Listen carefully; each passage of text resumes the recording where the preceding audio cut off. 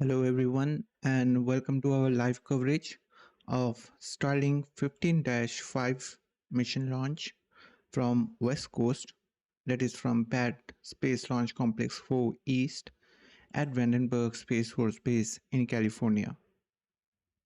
If this is your first time here, hi, my name is Dipta Maitra, performing the commentary for today's mission launch, and you are watching AstroYonder live. Roger, 0G, and I feel fine. Capsule is turning around. Houston, we see a nominal MECO. Welcome to space.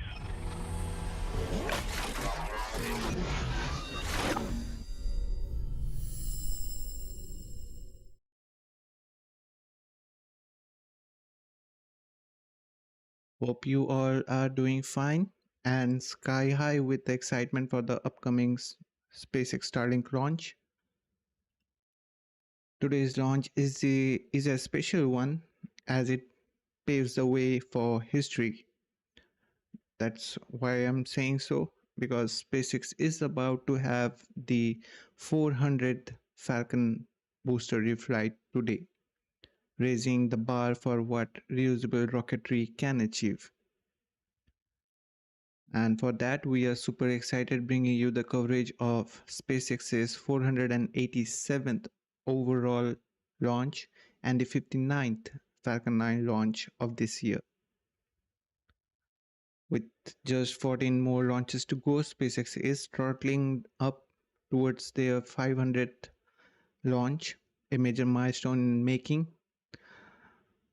So that's going to be a huge milestone for SpaceX. Today's launch marks the 19th one from Vandenberg Space Force Base for SpaceX as they continue build their incredible launch cadence for this year. As we track another Falcon's flight, here's one for you. Let us know your prediction for the month when SpaceX will reach its 500th mission launch. We would be thrilled to hear your countdown call on that. Now, just a reminder, we have had launches for Starlink Group 11, 12, and 13, but Group 14 was skipped entirely and SpaceX jumping straight to Group 15, which already had 3 launches before today's one. Now, we are currently standing by for a Falcon 9 liftoff at 6:43 a.m. Pacific Time, 9:43 a.m. Eastern Time from California, heading on a southeast trajectory for the Starlink Group 15-5 mission, carrying a batch of 26 satellites to low Earth orbit.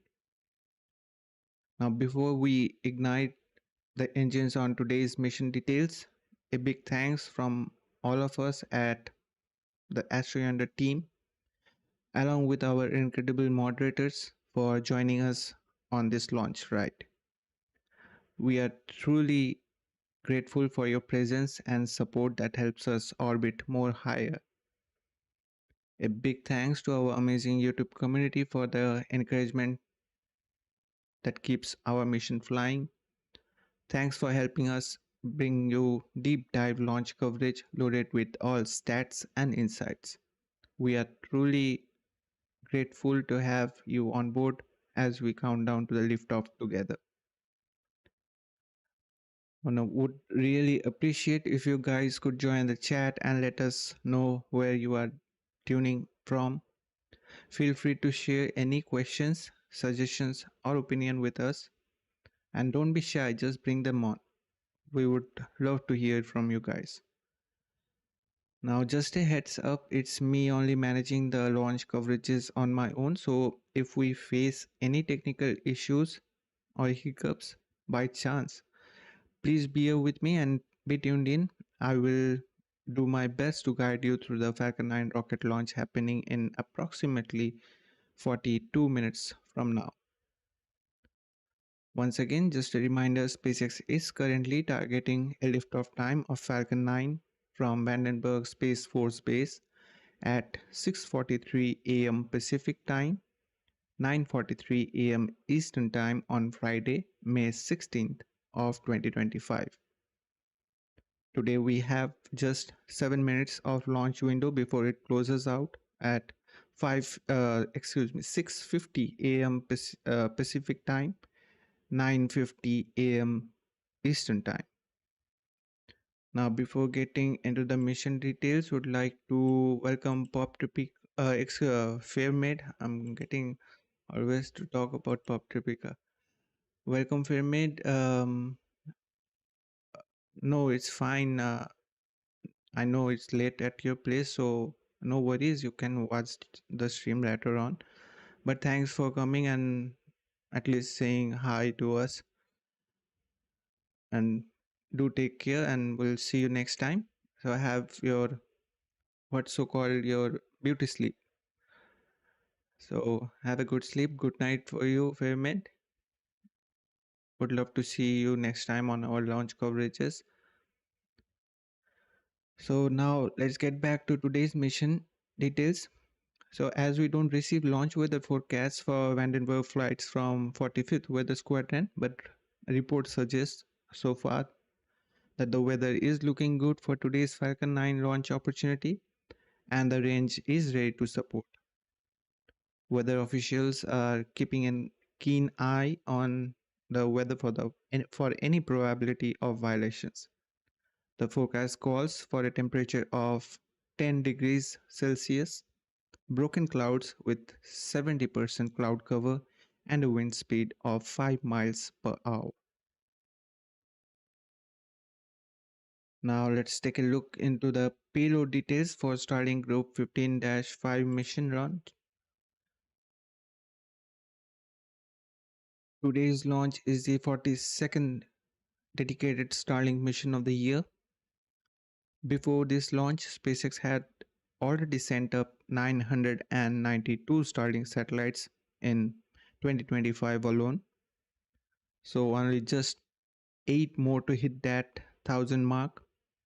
And with today's launch, this is going to be achieved as the count jumps to 1018, surpassing the 1000 mark. And if we include the 14 version 3 variant launched on previous two Starship flights, those Starlink simulators one, the count rises more with a total of 1032 Starlink satellites launched this year. That's really an incredible pace. Starlink satellites are built in Redmond, Washington, and today's payload consists of 26 Starlink version 2 mini optimized satellites. Just a reminder, today's payload does not consist of any direct-to-cell satellites. Each of these satellites having 5 advanced Ku-band phased array antennas and 3 dual-band parabolic antennas using Ka and E bands, and a dual solar array that spreads out to about 100 feet wide with a total surface area of 52.5 square meters. Now, not to forget, these solar arrays are also aeroneutral, which enable faster on-orbit maneuvers, and each satellite is equipped with a high-capacity battery to provide power to the payloads. Each Starlink satellite features 3 space laser transponders, that is optical inter-satellite links, ISL for short, for intercommunications operating at up to 200 Gbps.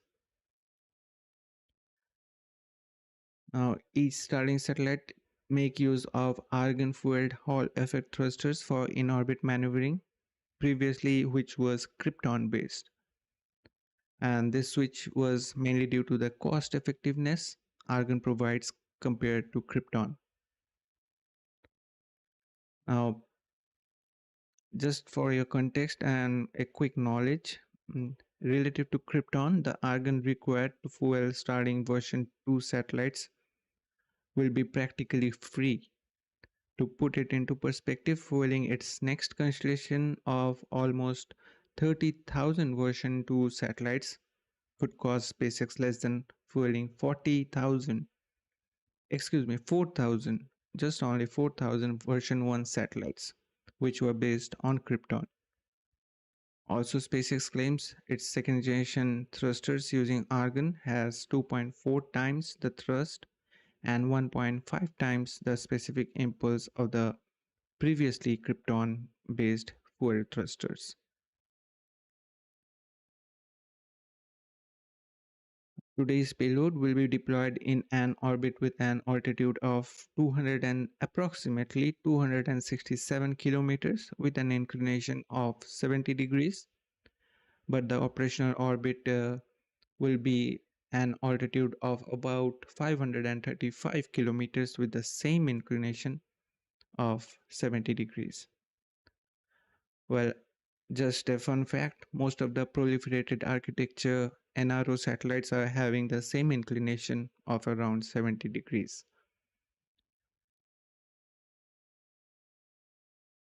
Now, each optimized version 2 mini weighs approximately 1,268 pounds, which is equivalent to 575 kilograms, which is about 22% lighter than the original version 2 mini design.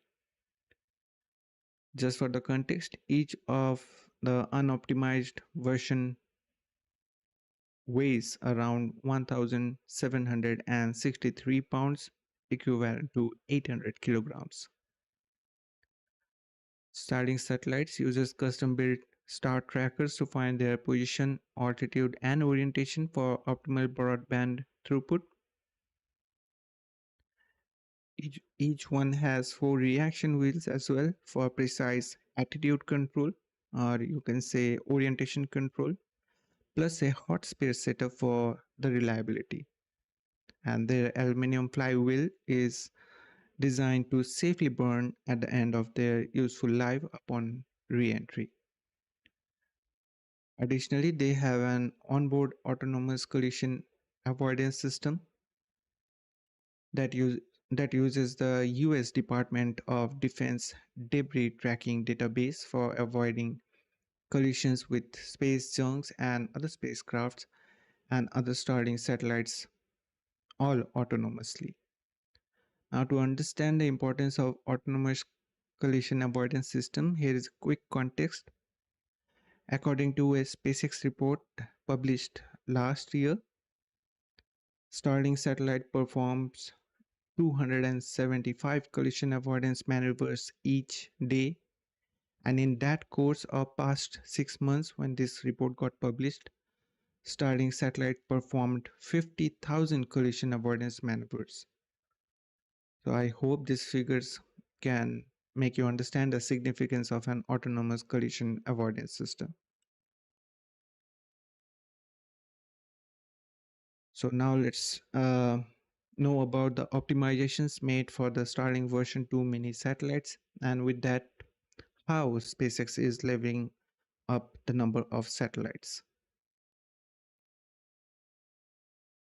So firstly, the key optimization is a 22% weight reduction, bringing each satellite's launch mass to approximately 575 kilograms compared to the original version 2 mini's 800 kilograms.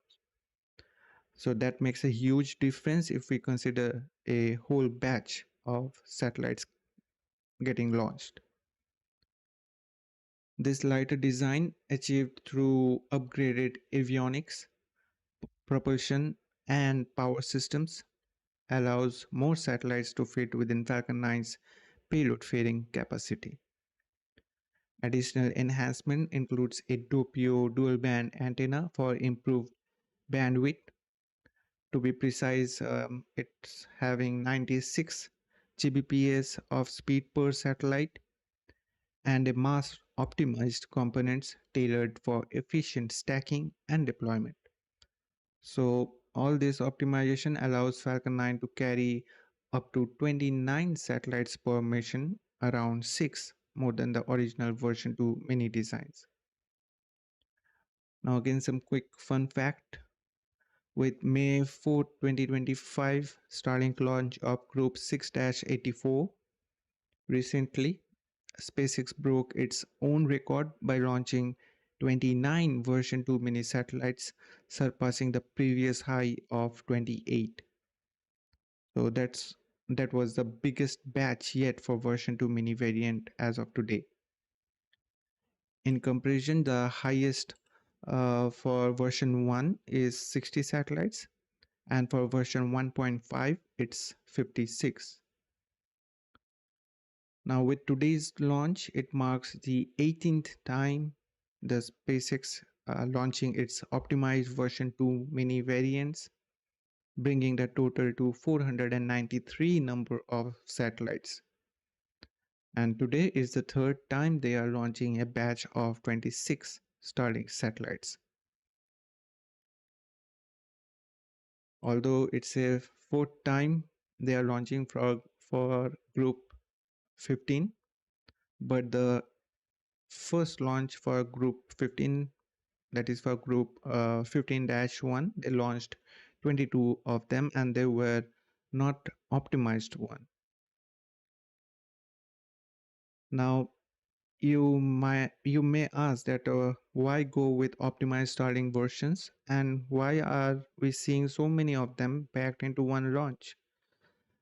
And to answer that, SpaceX is increasingly launching optimized version 2 mini satellites as a strategic move to expand and upgrade its satellite internet network. These satellites acts as a transitional solution until the larger version 3 variants can launch aboard Starship. Lighter and more advanced version 2 mini offers roughly 4 times the capacity of earlier versions, allowing more to be launched per mission, as I mentioned, at up to 29 at a time, reducing costs and accelerating deployment.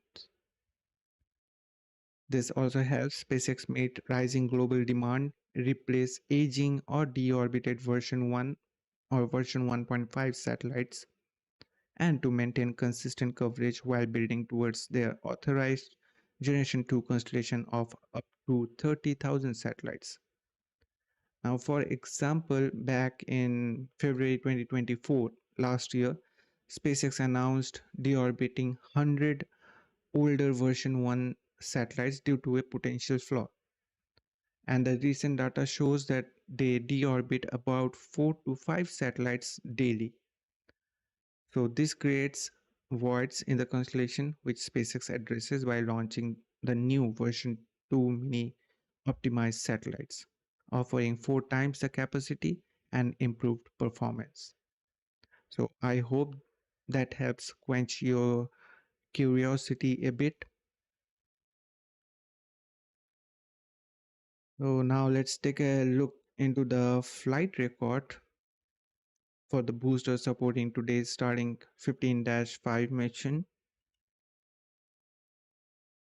The booster with tail number 1093 supporting today's mission, a youngster booster you can say, with just one previous flights in its record, including one Starlink mission only, and up until now the booster has not supported any non-Starlink missions.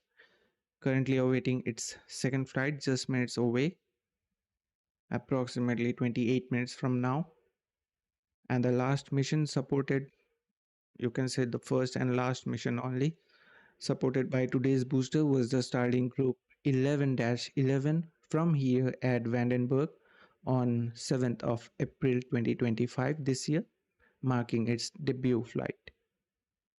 It's worth mentioning that today marks the booster's second flight of the year and its overall second landing on, of course, I Still Love You droneship.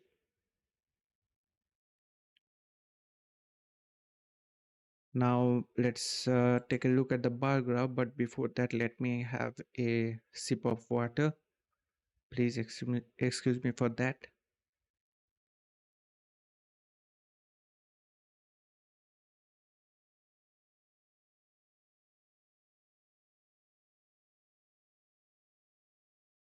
So here we are having this bar graph. Before this upcoming launch, SpaceX completed its 58th Falcon 9 launch for this year with the Starlink 6-67 mission launch. from Space Launch Complex 40 at Cape Canaveral on May 14th, 2025, leaving behind the number of annual launches made till year 2021. SpaceX is now having 27 more than the launches made in 2021. With today's launch of Starlink 15-5 mission, the bar graph depicts 59 number of Falcon 9 launches for 2025.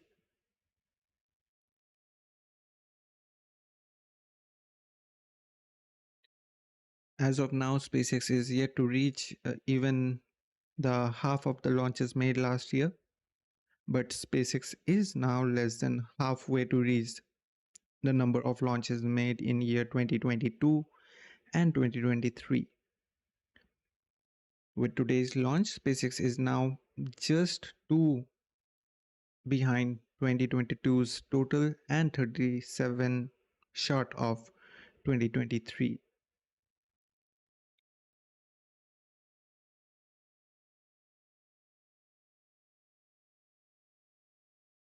As we know, SpaceX completed 132 Falcon 9 launches last year, marking its highest annual launch count to date. That is 134 launches in total, including 2 Falcon Heavy missions.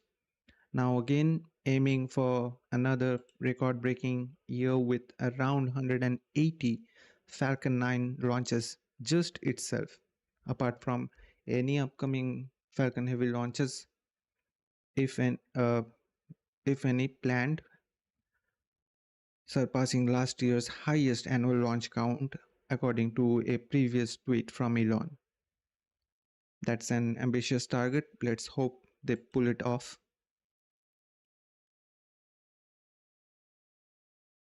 I would like to welcome William Evans for joining us. Welcome, William, for tuning in. I hope that you are doing well.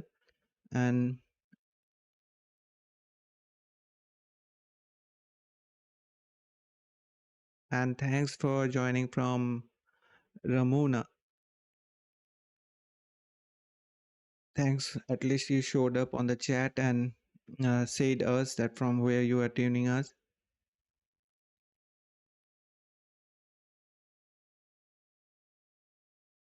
Well, it didn't got delayed. Let me check. For today, it's the same. They are sticking the time with the liftoff time, and there are no changes for today. I'm glad that you got to see a real launch, a launch in real, which I, at least as of now, didn't got any chance.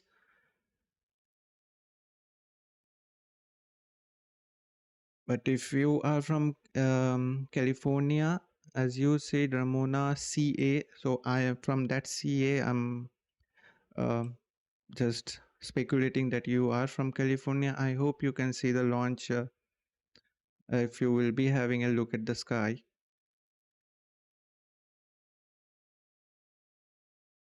Now, if this stream fuels your love for space, give this stream a like. It's like kind of fine-tuning the trajectory of our mission to build a community with amazing space enthusiasts like you. And don't forget to subscribe and turn on the bell notifications so that you won't miss a single launch update. Here at AstroYonder, we believe together we will build the ultimate constellation of space enthusiasts, and we would be super grateful for your support.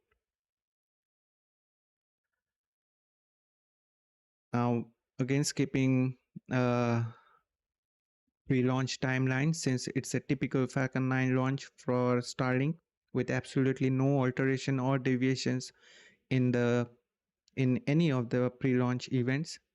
However, there's one point I would like to highlight just for quick knowledge, and which you might be already familiar with, that the strong back reclining process at Vandenberg differs from that at Cape Canaveral and Kennedy Space Center.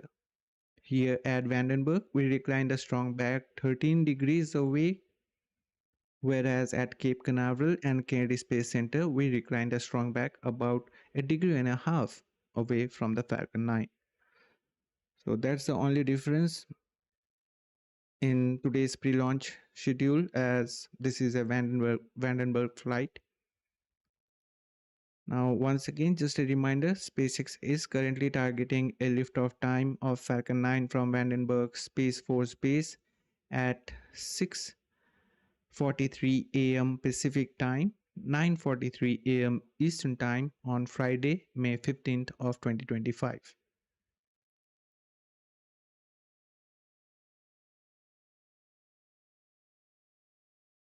Well, thanks, William, for subscribing to AstroYonder and for your kind support. And I'm glad that my guess got through that you are from California. So, and yes, as of now, it's still on the pad. We are not having the launch yet, no. So, but do keep an window open and have a look at the in the sky, so that if you will get any views by chance, if you are closer to the uh, Vandenberg launch site, we'll be really glad that if you can have a view in real. So now let's go ahead and yes, William, we are approximately 20 minutes away from the liftoff. So let's get ahead and briefly step through the trajectory for today's Starlink mission. Falcon 9 leaving the pad from Space Launch Complex 4 East from Vandenberg Space Force Base with the spacecraft on board, the batch of 26 Starlink satellites for a southeast trajectory along the coast of Southern California, heading into a low Earth orbit. That is to the 15th shell of second generation Starlink mega constellation, indicated by that green line on your screen. The red line you see indicates where Falcon 9 first stage will land after stage separation, just a little later, leaving California's coast. This is going to be a off the land landing, a drone ship landing using autonomous spaceport drone ship named Of Course I Still Love You here at the west coast.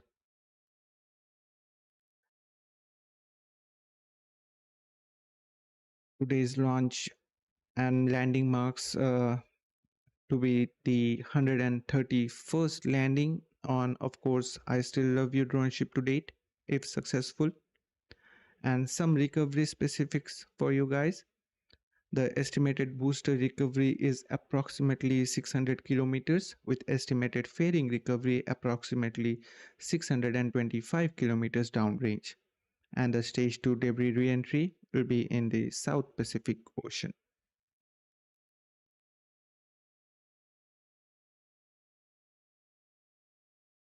Now on your screen, here are some of the specifics related to drone ships as of today. Currently, as we know, there are 3 in SpaceX's drone ship fleet. Of the 3, Of Course I Still Love You is based here at California, and other 2 Just Read the Instructions and a short follow-up Gravitas are stationed in Florida. We are anticipating a addition of a new drone ship, but as of now there is no information regarding that. So now let's talk about the fairing recovery. The 2 halves of the payload fairing will be recovered slightly farther, approximately 200 kilometers downrange from where the first stage lands on the drone ship Of Course I Still Love You, after they will smoothly splash down with the guidance of parachutes. SpaceX will utilize a recovery vessel to retrieve them from the Pacific waters. And as we know, with the total cost of 2 halves is nearly $6 million, it's quite obvious that SpaceX aims to recover the fairings for repetitive use, mirroring its approach with rocket boosters. upholding the motto of reusability and sustainability. Now you can see on your screen that how a fairing recovery looks like. Although the recovery vessel on your screen is Dirk performing the recovery operations, but today's supporting recovery vessel here at the Pacific is Go Beyond. Other recovery vessels at the East Coast, Bob, Doug, and Go Cosmos, are awaiting for their next assignment.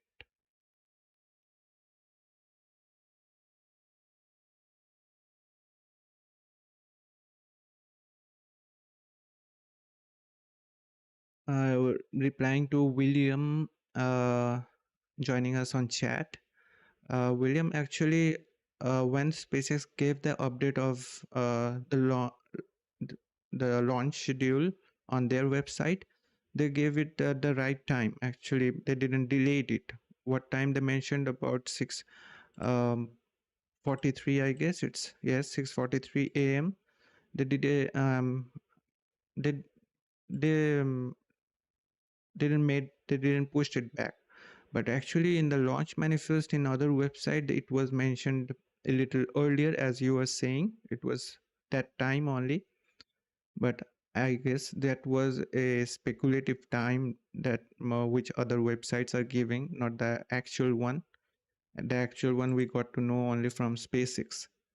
So they gave the time, and they are still sticking with that.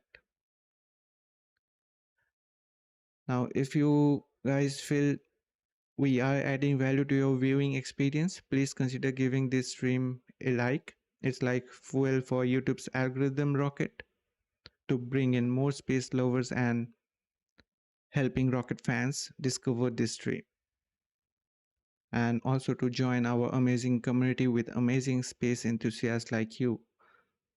Also consider about smashing the subscribe button and turning on the bell notification, as we are burning our all-day propellant to bring you detailed streams packed with stats and insights. Your support would totally send us over the moon. Of course, that figuratively. So we are just about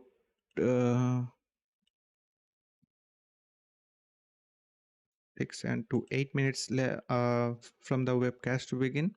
So let's just quickly wrap up with the stats we have for you guys to share with.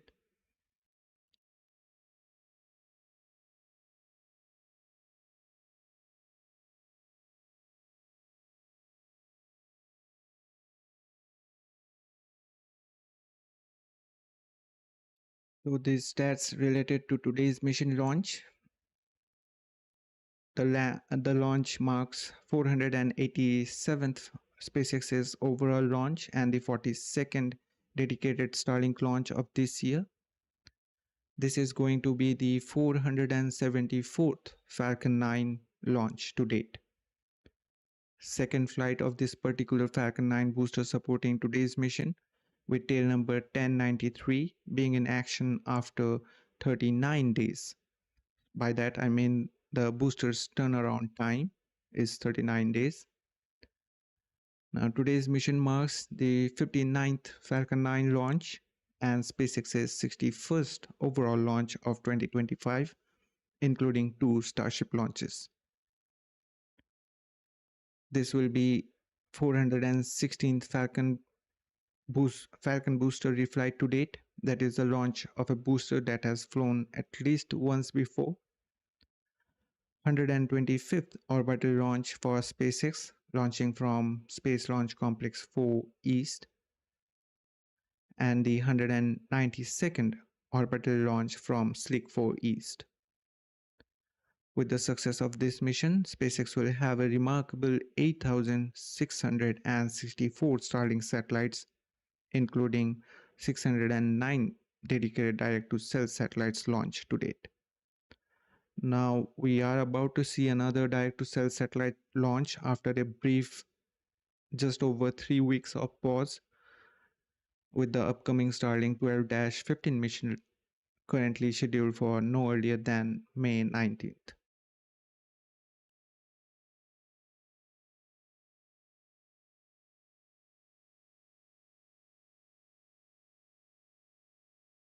No, that's absolutely fine, Ivan. I know this actually to us also when we are scheduling the live stream, it happens. Firstly, we are scheduling the live stream depending on the websites or these other websites which are giving the launch manifest. From there, we are having the time. But upon SpaceX giving the final verdict and updating their website with the launch details, then we modify the time for the webcam, like our streams, that when we will be getting live. So it's absolutely fine. It happens. Those times are mentioned in those websites are a little speculative, but sometimes you will see they are getting true. They are absolutely fine, like correct time they are giving. I guess they are pulling it from some APIs, SpaceX APIs, and they're getting the time from there. Now moving on to some reusability statistics. This flight marks the 400th reflight of a Falcon 9 booster to date. That marks yet another record for SpaceX, setting a new benchmark in reusability. This will be the 131st landing, and of course, I Still Love You droneship. Second landing of this first stage booster with tail number 1093 supporting today's mission. And with this mission's first stage landing, SpaceX will be having their 358th overall droneship landing, marking 428 Falcon 9 landings so far and 447th SpaceX's overall landing to date. Now, speaking of landing, here are some of the stats related to droneship landings made prior to today's mission. So please don't get confused with the numbers shown on your screen right now. It's mentioned there on the screen as well, but please note that these droneship landing sites stats, which are now displayed on your screen, are excluding today's mission. These are prior to today's launch.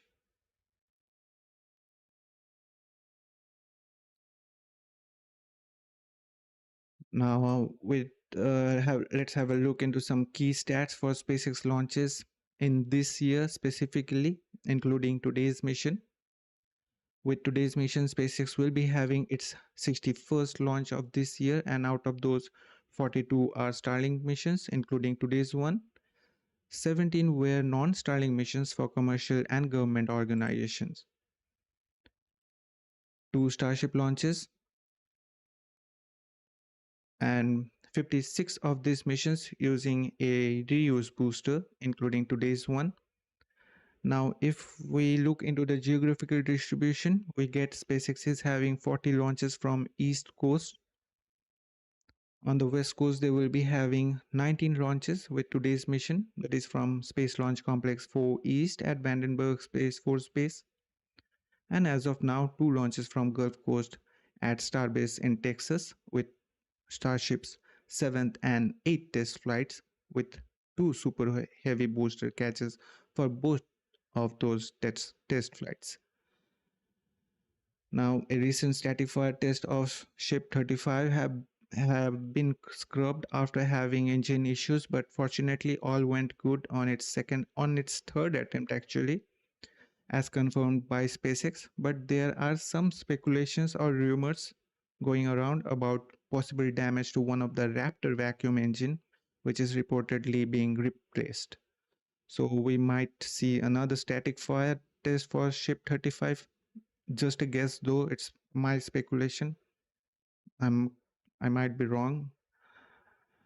Now, being hopeful, the NOTAM suggests that the launch can be possible between May 21st to 30th with a 2-hour launch window opening at 23:30 hours UTC for each day, with current assumptions supporting 22nd of May, pushing back 1 day from previous target for the launch of Starship Flight 9.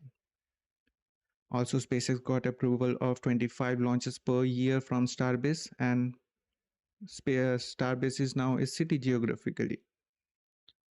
Now, moving on again with the stats for landing, they will be nearing it for the 57th time this year. Most of the landings are on droneship with 48 landings. Today it will be the 15th landing on, of course, I Still Love You for this year. And for ground landings, they pulled off 9 of them. SpaceX is now working on adding a launch landing pad for at the East Coast in order to retain the return to launch site capabilities, also known as RTLS operations. And I guess that will be only one launch landing pad instead of previous landing zone 1 and 2.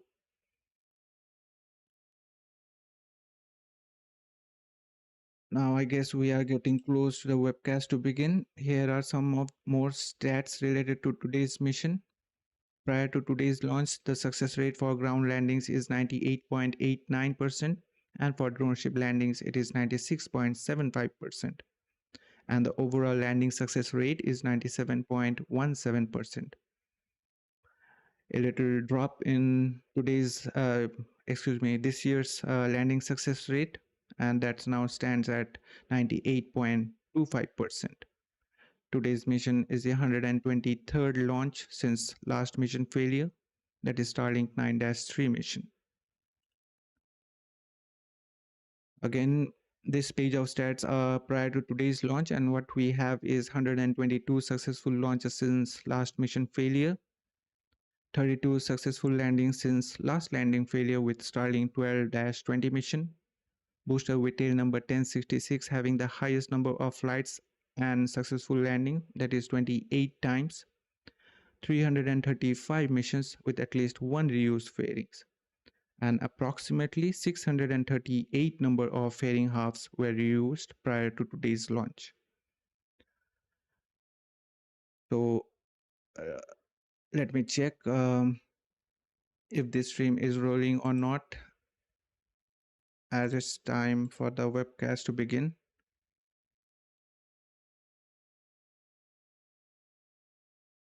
Why it is showing the page is not available? They scrubbed it today or what? No, it's there.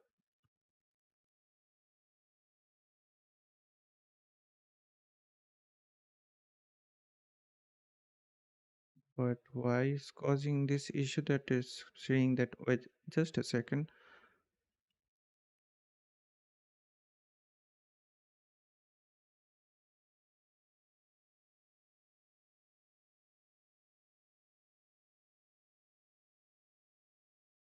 You guys are having any problem with the webcast on X? I guess they're having some sort of problem there.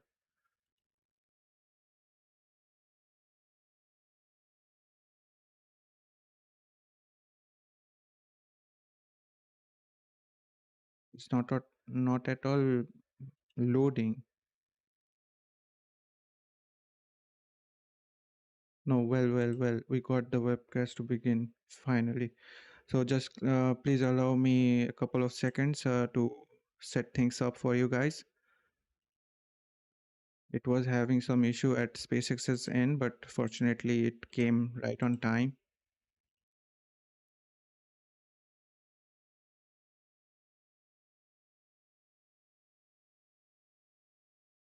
So it's a little bit foggy and we are barely seeing the Falcon 9. And right now the strong back retract process is underway. It's quite foggy and it's early in the morning, basically for that. Adding value to your viewing experience is our top priority here at AstroYonder. If you felt we somewhat achieved that, please consider liking this video. It really helps others to find this stream. Also consider subscribing to our channel as we work hard to bring you streams packed with stats, details, and insights. We would be incredibly grateful for your support. Now, meanwhile, we are getting, you are watching this live view. Let me give you some more stats for today's mission. Today's launch is the 104th orbital launch of this year, and United States is leading with 68 launches, followed by China with 26 launches, Russia with 5 launches, 1 launch each by India, Japan, and Europe with 3 launches. Australia is about to make an debut with the launch of Ares rocket, which got scrubbed for its initial attempt, I guess, for some payload fairing issues. And we did got the call out for the stage 1 lock slot completion. Now we are waiting for the second stage lock slot to get complete, and that will finish up just inside T-minus 2 minute mark. Currently we are chilling the nine Merlin engines back from T-minus 7 minutes when we open up the pre-valves that allows the propellant down to the engines to get them prepared for the ignition.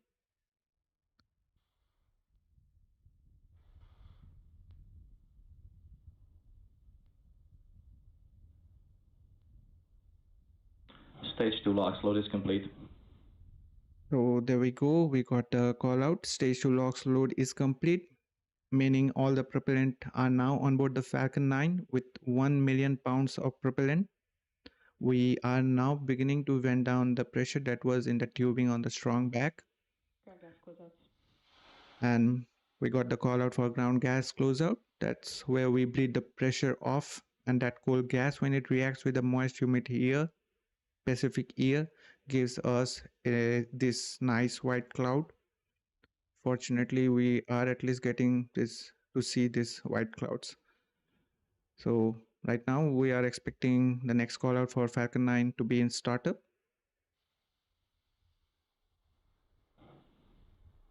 Falcon 9 is in startup. Right on time, Falcon 9 flight computers on both the stages are running the rocket to the last minute of count. So now let's listen to the go call out. Launch director, go for launch. There we go, SpaceX launch director giving go for the launch. We are coming up at T-minus closely to T-minus 30 seconds. All systems continues to remain go for the launch of Falcon 9 and Starlink. So now let's sit back and enjoy the liftoff of Falcon 9. T minus 15 seconds. 10, 9, 8, 7, 6, 5, 4, 3, 2, 1. Ignition. And liftoff with Falcon 9. Go SpaceX, go Starlink. Stage 1 propulsion is nominal. Falcon is pitching downrange. That was quite a huge rumble. With that, we have a successful liftoff, and really we got some awesome views, and we did saw that how the transition it came from the fog and directly coming to get above that of the clouds. Really looked good. Falcon 9 has successfully cleared the tower. We are 40 seconds into the flight with 26 Starlink satellites Power and telemetry nominal. targeting for a low Earth orbit. So right now we are in a throttle bucket. We are throttling down the 9 Merlin engines as we prepare for the period of maximum dynamic stress coming up. Vehicle is supersonic. We got the call out, vehicle being supersonic. That means we have exceeded Mach 1 on Falcon 9. Max Q. Max Q call out. So we are through the period of maximum stress on the vehicle. We have throttled the Merlin engines back up to full power right now. Now we are expecting the next call out for MVAC engine chill. We are getting some amazing views as well. MVAC chill. There we go. MVAC engine chill call out. So we have started to chill down the MVAC engine on the second stage prior to its ignition. Just after stage separation, coming up 3 events in rapid succession: the shutdown of main engine of first stage, that is main engine cutoff, also known as MECO, followed by stage separation and ignition of the second stage MVAC engine, also known as SES-1, that will boost the payload into low Earth orbit. So let's sit back and hear those call outs while watching these amazing views from the Falcon 9's first stage.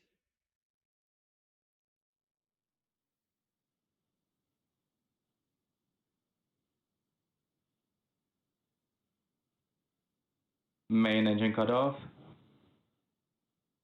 Stage separation confirmed.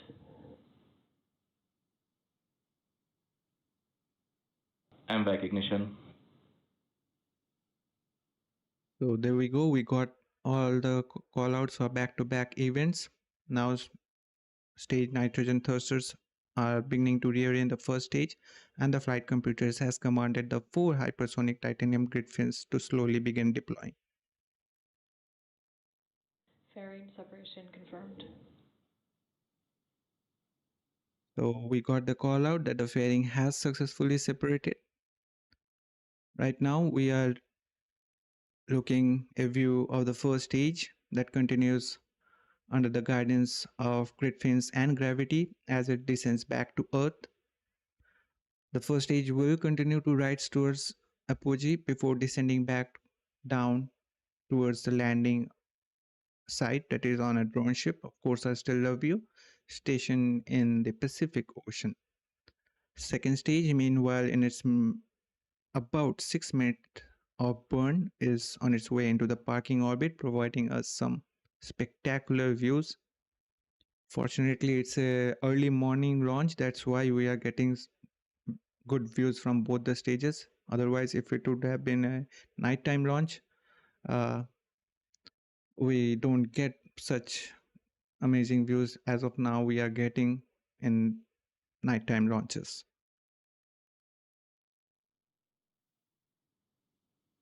Well, Evans, thanks for updating about the weather there. And would like to welcome Pravda was Woli. I hope I pronounced your name correctly. If not, pardon me, my sincere apologies. But I would just like to correct you that it's not the 500th SpaceX's mission launch overall today. It's 487th one.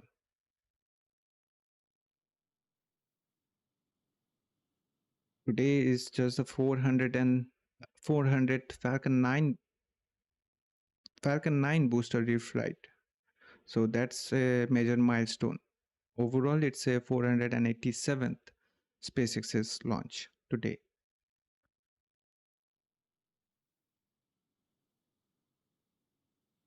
So I guess I didn't notice what was the apogee. I guess it was higher. Right now it's descending and decreasing with the from the telemetry as you can see. During this part of the flight, stage 1 relies solely on its grid fins for steering as it returns back to Earth. And occasionally on the left side of your screen, you will see nitrogen gas burst from the first stage for attitude control. By that, I mean the orientation control. These are basically used to position the vehicle as it heads back towards its landing site. Now, just a heads up, when we will be hearing stage 1 FTS being saved, it means re-entry burn for stage 1 has either been initiated or accomplished. And hearing stage 2 FTS being saved means that the second stage Stage 1 FTS is saved. second stage is up with the orbital insertion burn. We did got the call out for stage 1 FTS being saved and stage 1 entry burn startup. So we just lit 3 of those 9 Merlin 1D engines on the first stage, and we are rapidly slowing down the vehicle as you can see on the bottom left hand side of your screen from the telemetry. Stage 1 entry burn shutdown. And this burn lasted just around 24 seconds. And we did got the call out for stage 1 entry burn shutdown.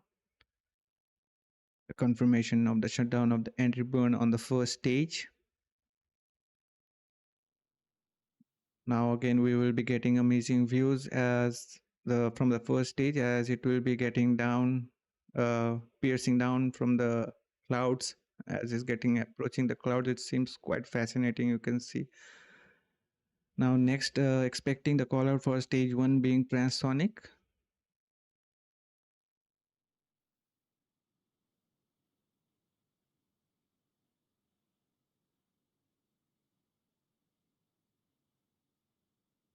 Also, the next major milestone we are expecting for stage one landing burn next up. And we heard the call out. Stage 1 is now traveling slower than the speed of sound, as it's being transonic right now. And we did got the call out for stage 2 FTS being saved. That means stage 2 went through its orbital insertion burn successfully. Next up is the stage 1 landing burn. Stage 1 landing burn. There we go. Great views of that landing burn with center E9 engine now lit. With that, we are slowing down the vehicle furthermore very rapidly. Should be seeing those landing legs deploy any seconds now. Landing leg deploy. There we go. Confirmation of landing legs getting deployed.